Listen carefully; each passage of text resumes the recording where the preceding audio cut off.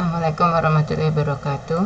Kita bahas latihan soal minggu lalu ya, yaitu mengenai pesawat sederhana. Jadi ingat bahwa yang namanya pesawat sederhana itu bukannya pesawat yang alat transportasi yang terbang di udara, tetapi berbagai macam alat yang digunakan untuk, nah di sini pilihannya mempermudah usaha, mengurangi usaha, memperbesar atau menghilangkan usaha.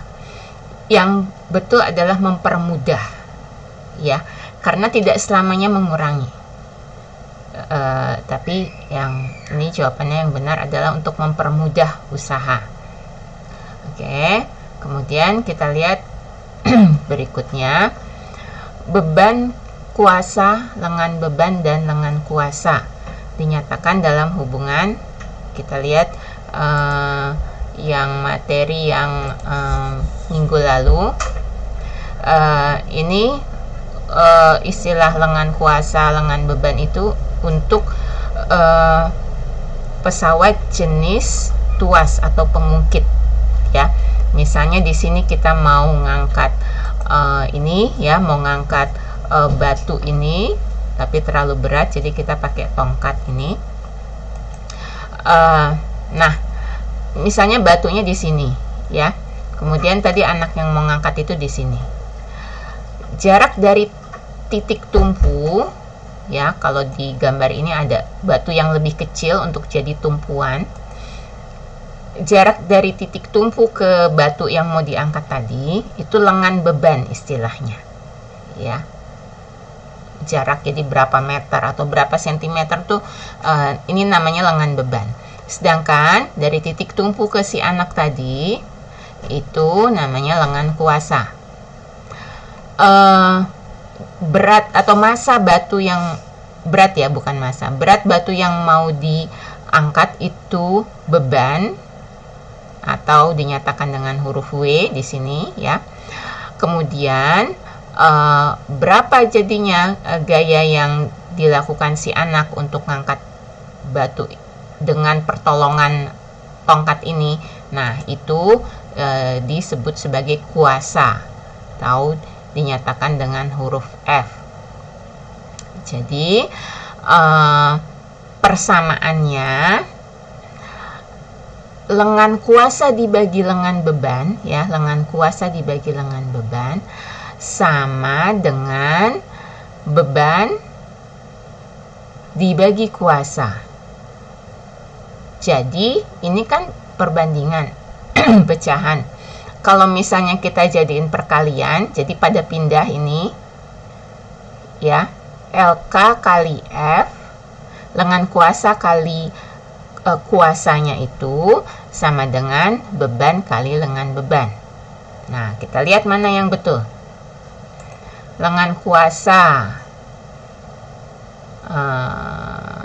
lengan kuasa kali tadi saya sudah ini di tempat lain. Nah, ini jadi beban dibagi lengan kuasa sama dengan kuasa bagi lengan beban. Nah, kalau di kelas biasa, maksudnya tidak online gini, kan sering saya suruh muter-muter persamaan kayak gini, ya. Nah, ini jawabannya untuk yang nomor 2 adalah beban per lengan kuasa sama dengan kuasa per lengan beban. Kita lihat mana. Beban per lengan kuasa sama dengan kuasa per lengan beban. Ya, jadi yang ini, ya, yang C, yang ketiga. Kemudian nomor 3, alat-alat di bawah ini bekerja berdasarkan prinsip tuas kecuali. Ini jawabannya udah jelas, kecuali katrol lah, ya. Jadi pesawat itu kan ada golongan tuas atau pengungkit, kemudian ada bidang miring, ada katrol, roda gigi. Jadi katrol ya jelas bukan tuas atau pengungkit, ya. Jadi ini jawabannya katrol. Kemudian alat-alat yang berdasarkan tuas kelas 2. Nah, jadi tuas itu ada kelas-kelasnya, ada jenis-jenisnya maksudnya. Nah, ini tuas golongan 2, yang ditanya kan golongan 2. ya. Itu yang titik tumpunya di ujung. Kalau tadi kan ngangkat batu itu titik tumpunya di tengah nih, ya. Ini titik tumpunya di ujung. Terus bebannya di tengah, kuasanya di ujung satu lagi. Nah, dari soal ini kita lihat jawabannya ya ini A. Ya. Sebenarnya yang jelas C sama D itu jelas udah bukan tuas, ini katrol, ya. Jadi kan pilihannya antara A sama B. B ini tuas jenis 1. Oke, yang ininya titik tumpunya itu di tengah-tengah. Jadi ini jawabannya A. Kemudian alat yang bekerja berdasarkan prinsip bidang miring, ya ini udah jelas gambarnya. Yang A, ya, yang orang naikin barang ke atas truk dengan menggunakan papan yang membentuk bidang miring, ya, dari atas tanah ke ke truk ini. Jadi dia dorong aja, nggak dia angkat, dia dorong aja peti yang mau dimuat ke truk ini, ya. Jadi jawabannya A yang nomor 5. Kemudian yang nomor 6 yang ditanya tuas kelas 2 lagi. Tuas kelas 2 lagi kita lihat. Nah, ini udah ada jelas, ya.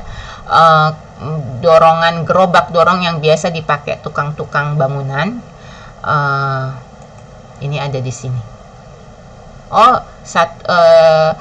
Pilihannya 2 ya. Oke deh. Pilihannya itu coba kita lihat lagi ke definisinya.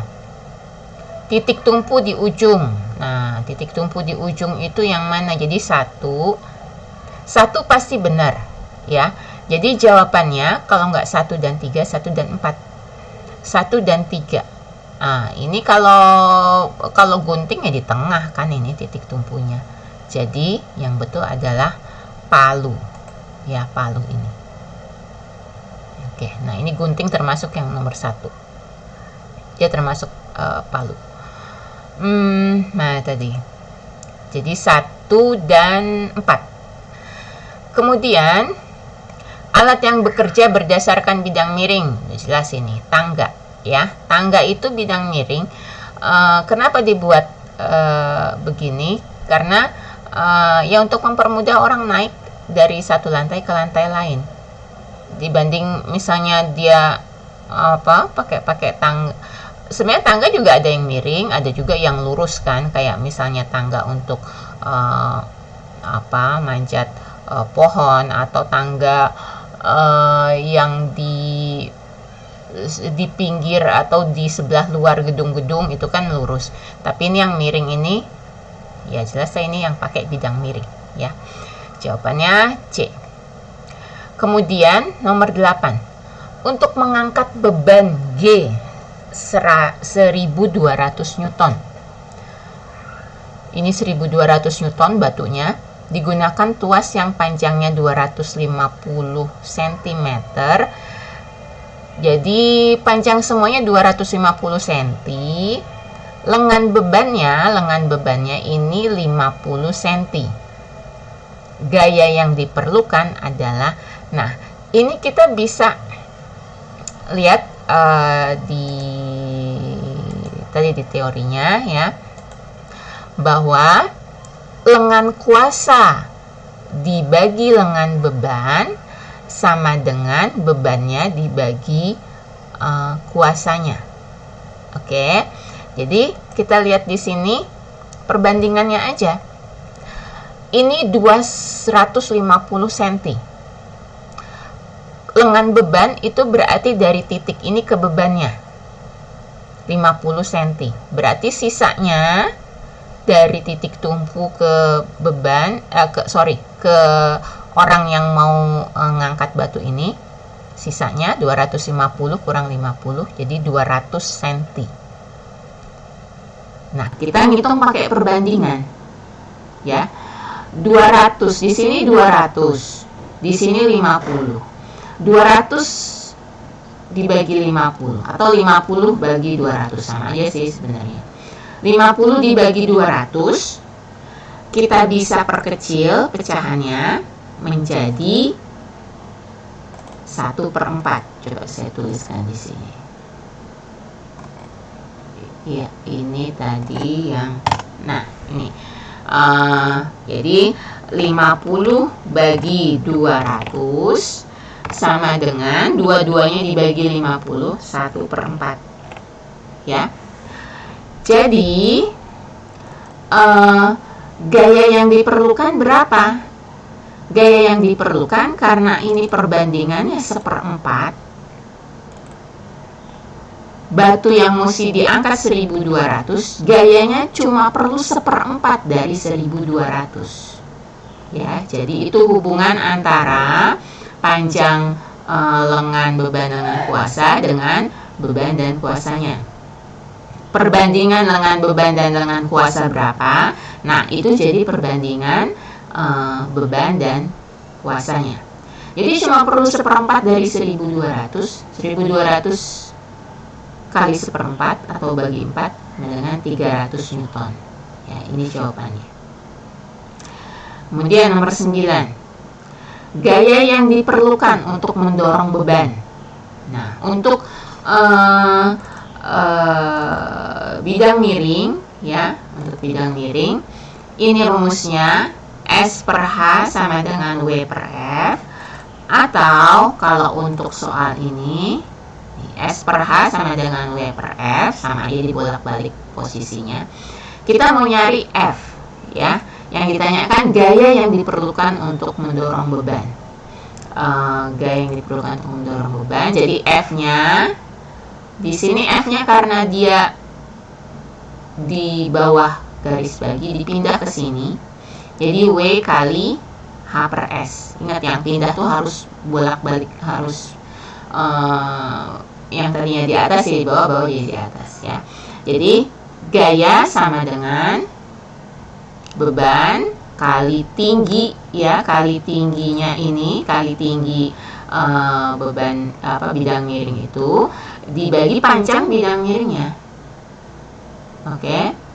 Jadi perhitungannya tadi kan 3750 Newton itu berat petinya, 3750 kali 0,6. Kenapa 0,6?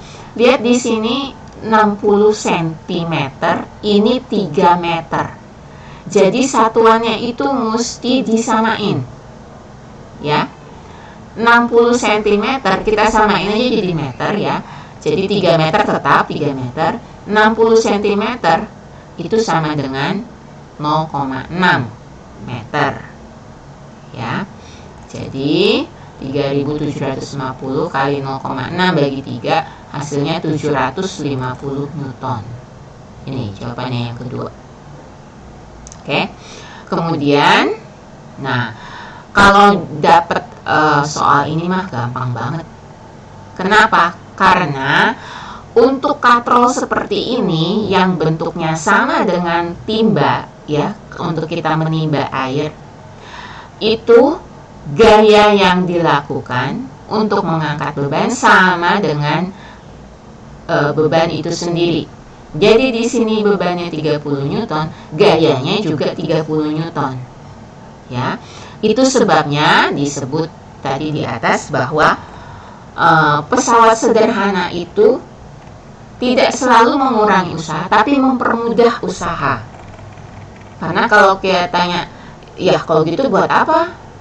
Susah-susah pakai ini, pakai timba ini, kalau toh gaya yang kita lakukan seberat bendanya, ya kan jadi lebih gampang ya, jadi lebih gampang dibanding kita membungkuk ngangkat barang ini, kan lebih gampang kita tarik dengan tali seperti itu. Jadi ini jawabannya yang terakhir, yaitu 30 Newton. Oke, ini soal terakhir. Sekian, wassalamualaikum warahmatullahi wabarakatuh.